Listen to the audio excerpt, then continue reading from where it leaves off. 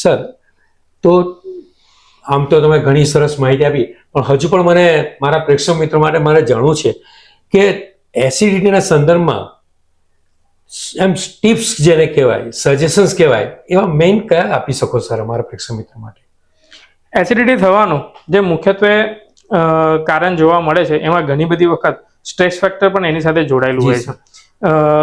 આપણે જ્યારે પણ કોઈ એક્યુટ સ્ટ્રેસની અંદર મુકાઈએ છીએ ત્યારે એક કહેવત તમે સાંભળી હશે કે મારા પેટમાં ધગધગતું તેલ રેડાયું. હાજી. હા, હવે એ તેલ કોઈ રેડવા નથી જતું, પણ એ આપણો જ એસિડ છે કે જે વધારે પ્રકારે પ્રોડ્યુસ થાય છે જ્યારે પણ આપણને એક ધ્રાસકો પડે છે. સ્ટ્રેસફુલ લાઈફને રિડ્યુસ કરવી જોઈશે. યોગા, મેડિટેશન, પ્રાણાયામ, હળવું વોકિંગ, આ હળવી એક્સરસાઇઝ, આ બધી જ વસ્તુ આપણા રેગ્યુલર જીવનનો જ્યારે પાર્ટ બનશે અને આપણે સ્ટ્રેસફુલ લાઈફ જીવીશું તો ડેફિનેટલી આપણા માટે યોગ્ય છે. આના સિવાય બીજા પોઈન્ટની અંદર કે જમતા જમતા જે પાણી પીવાની આપણી આદત છે, એ પાણી પીવાની આદતને આપણે છોડવી જોઈએ. બને પાણી પીવાની જરૂર છે તો 1 કલાક પહેલા કે 1-2 કલાક પછી આપણે પાણીને પર્યાપ્ત પ્રમાણમાં પી શકીએ છીએ. રાત્રે ડિનર હંમેશા વહેલું કરવું જોઈએ, જેટલું બને એટલું.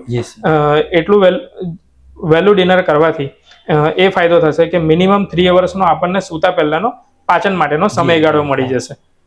ત્રીજું, લાઇફસ્ટાઈલમાં ચેન્જ કરવાની જરૂરમાં એ છે કે ઘણા લોકો એક મિથ સમજે છે કે ભૂખ્યા રહેવાથી મારી એસિડિટી સોલ્વ થઈ જશે, કારણ કે એમને જમીને દુખાવો થતો હોય છે.